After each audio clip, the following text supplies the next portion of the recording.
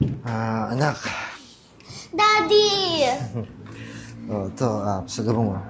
Wow, Daddy, is this for me? Yes, it's yours. Thank you, Daddy. Hello. Ganon? Daddy? Sige. Sige. Call you back lang, ha? Okay, sige. Okay. Anak, bigay ba ni Daddy sa'yo yan? Yes, Mommy. Gusto mo buksan natin? Sige po, Mommy. Wow! Ang ganda! Dali, hawakan mo. Ikaw mag-open. Wow! May bago ka ng phone.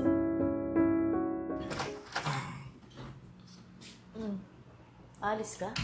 Oo, hinaya ko ng mga ka-workmates ko. Pero gabi na.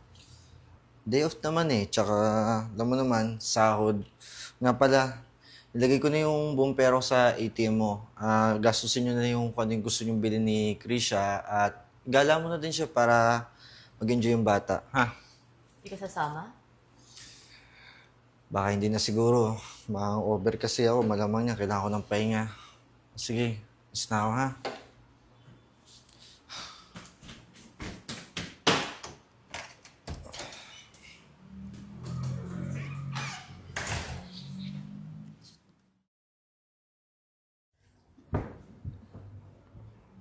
Ano to? Dating app. Gusto pa ba to? Try ko nga. Install ko.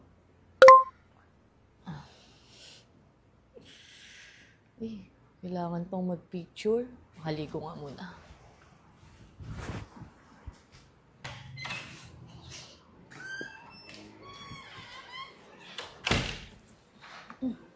Daming nag-follow sa akin Check ko nga.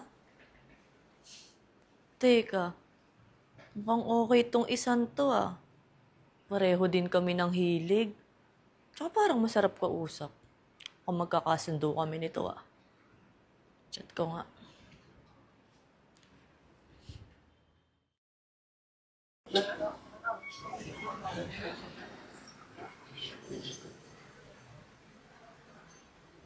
Hi! Hi. Nice meeting you. Ikaw ba si Ian? Upo ka. Ang aga mo naman atan dumating. Ako, ayos lang yun, no? Siyempre, mas okay na yung lalaki yung nag-aantay kaysa naman yung babae. Aga mo nga Ay, hindi naman. Ayoko lang din kasi nang nalilate. Wow. Yung ba kasi mga babae na kilala ko, Sa oras lang naman. Of course not.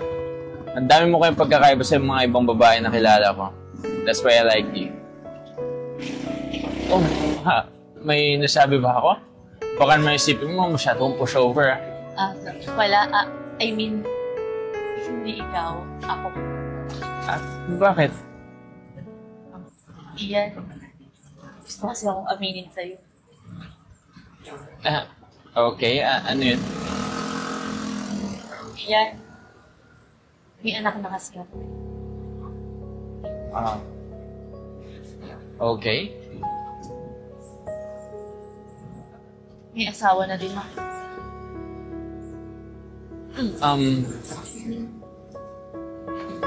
We're still together.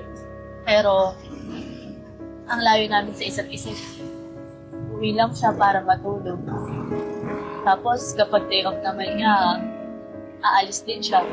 O di kaya, nakikipag-inuman sa mga workmates na wala siyang oras sa amin ng anak namin. Hindi rin namin siya nakakasama gumala. Even sa special occasion, hindi namin siya nakakasama.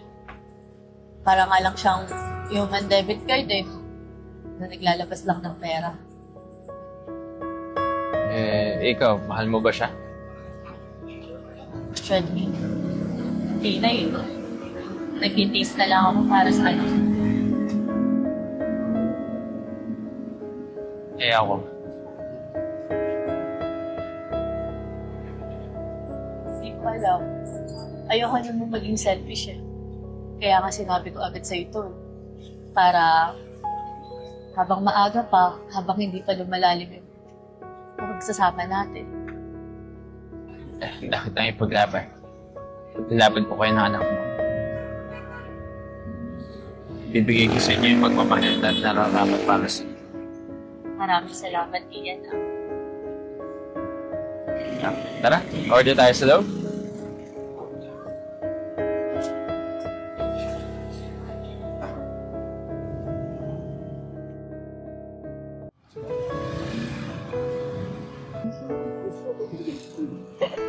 Picture tayo, dali.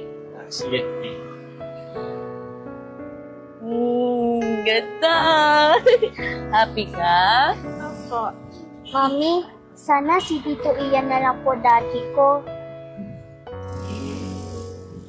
Talaga.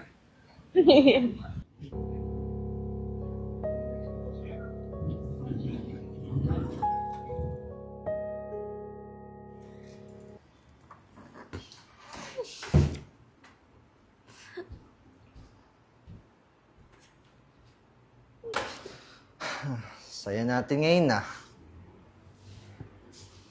Sino yung kasama niyong lalaki kanina?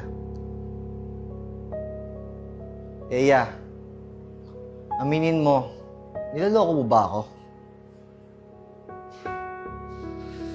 Kaya nga yung cellphone yan.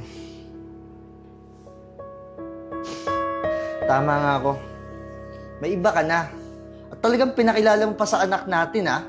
Bakit? Ano ba napatunayan sa'yo nito? Huwag mo siyang inadamay dito, ah.